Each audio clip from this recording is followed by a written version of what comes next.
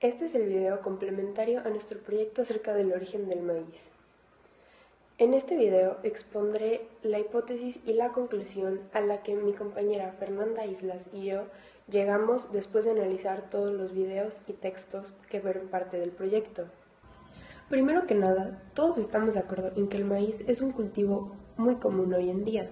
Lo vemos y consumimos en nuestra vida cotidiana. Sin embargo, casi nadie se pregunta acerca de su origen, cómo es que llegó a ser como es ahora o de qué planta evolucionó. Unos expertos botánicos y científicos se hicieron esta pregunta y fue de ahí de donde mi compañera y yo pudimos sacar la hipótesis de que el teosinte, en efecto, es el ancestro del maíz y que tuvo que sufrir un par de evoluciones para poder llegar a ser como lo conocemos ahora. Pero, para fundamentar nuestra hipótesis, tuvimos que analizar más detenidamente el video y los textos. Fue así como pudimos obtener una serie de datos que confirmaron esta idea. Primero está el dato de John Biddle, quien fue el primero en preguntarse si el teosinte en verdad era el ancestro del maíz, ya que al estar estudiando esta primera planta se dio cuenta que sus cromosomas eran muy parecidos a los del maíz. Fue así como se planteó por primera vez esta hipótesis. Al exponer esta idea en el mundo científico, varios botánicos la rechazaron, debido a las diferencias físicas entre ambas plantas. Sin embargo, tiempo después, cerca de su retiro, Biddle decidió comprobarla haciendo un experimento. Considerando que cada planta tendría 2 copias de su ADN, utilizó una de cada uno para crear un híbrido, la generación F1. Después, cruzó 2 híbridos F1 para formar la F2. Lo que él esperaba poder determinar con este experimento es cuántos genes estaban involucrados en el cambio entre el teosinte y el maíz. Al poder obtener un híbrido F2, decidió hacer una plantación de al menos 50 plantas, para así poder determinar lo siguiente.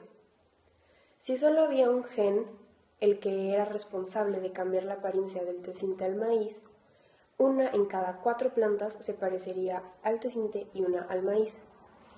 Si eran 2 genes de diferencia, entonces una de cada 16 plantas sería igual a uno de estos dos. Si eran 3 genes, serían una de 64, y así fue continuamente el cálculo. Al terminar con su experimento, se dio cuenta que una de cada 500 plantas se parecía al maíz y una de cada 500 al teosinte. Así es como pudo determinar que al menos 4 o 5 genes eran los involucrados en el cambio entre estas dos plantas. Debido a eso, él dio su hipótesis como confirmada.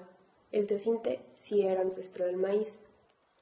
Sin embargo, este descubrimiento desencadenó otras preguntas, como ¿dónde y cuándo el teosinte se transformó en maíz por primera vez? Ahora, los encargados de responder esta serie de preguntas serían el Dr. Dobley y su equipo, quienes fueron a México para recolectar varias muestras de diferentes tipos de teosinte, para así poder compararlas con el ADN del maíz actual, ya que, como lo explica en el video, entre más relacionadas estén dos especies, más parecido será su secuencia de ADN. Con esto, pudo descubrir que el teosinte que es más parecido al maíz actual proviene de una sola parte de México, que está al sudoeste, situado por el río Balsas.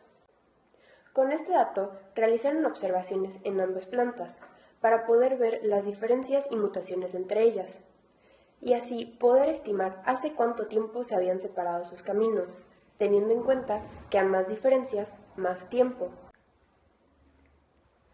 Al final, los científicos indicaron que la domesticación natural del maíz habría ocurrido hace aproximadamente 9.000 años.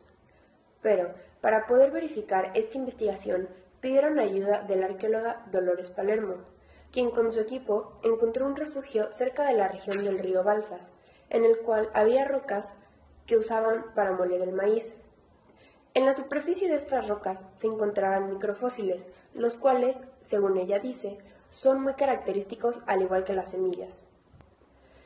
Sin embargo, al ser tan pequeños, con estos microfósiles era imposible hacer estudios para determinar la antigüedad de estas rocas. Es por eso que tomaron carbón de la misma capa sedimentaria, realizaron estudios en él y pudieron determinar que desde 8.700 años el maíz existe tal y como lo conocemos hoy en día. coincidiendo casi perfectamente con lo estimado por el Dr. Dobley y su equipo. Después de estas investigaciones, solo quedaba responder una pregunta: ¿cómo es que el teosinte había pasado a ser maíz? Para responder esto, el Dr. Dobley investigó y experimentó con los genes de ambas plantas, descubriendo así el gen regulador, el cual, al pasar del teosinte al maíz, tenía la capacidad de activar o desactivar otros genes, inhibiendo o desarrollando así ciertas características que vemos hoy en el maíz.